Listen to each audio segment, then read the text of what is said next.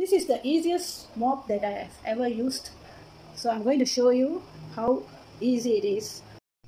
So I just need to fill this up with detergent, and then I can just fix it here. Like fix it here and tighten it like that, and then I'll show you how it works. So I just have to press here, and then you can see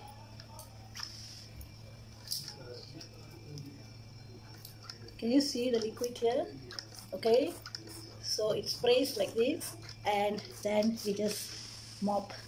So see how easy it is, and I can do this in just in a few minutes, and then I can easily store it because it is not bulky at all.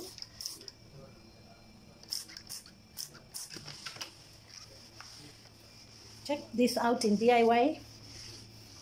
It costs about 35 ringgit Malaysia.